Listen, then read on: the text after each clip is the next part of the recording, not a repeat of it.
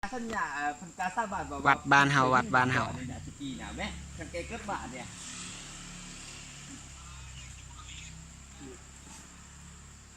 ขน้อยกันยังฮักก็เคยเห็นอยู่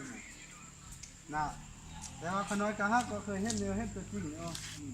เคยอยู่เบิ่งนั่งตะกี้นั่งบุหันเฮ้ยไก่นี่ไอ้คนใหญ่ชอบไปเที่ยวนี่ โอ้ งามไล่ หมูเชือกขน้อยมันยังยุ่งเวียงนี่บักไล่นี่น่ะ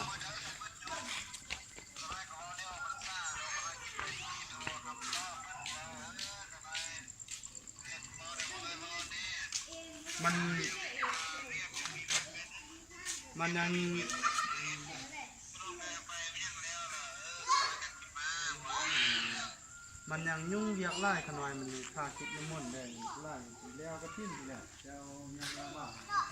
มันเวียกไล่อยู่ขน้อย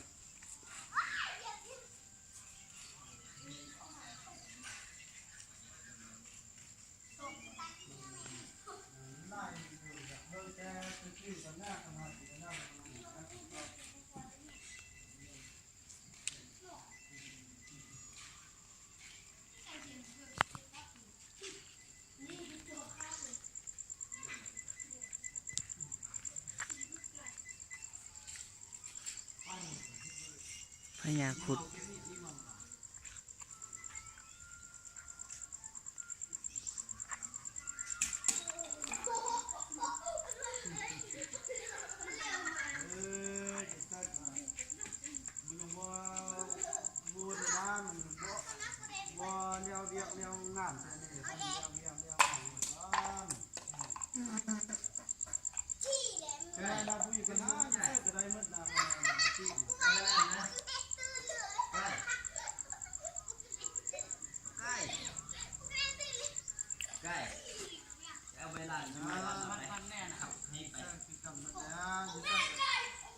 สร้างเรื่อง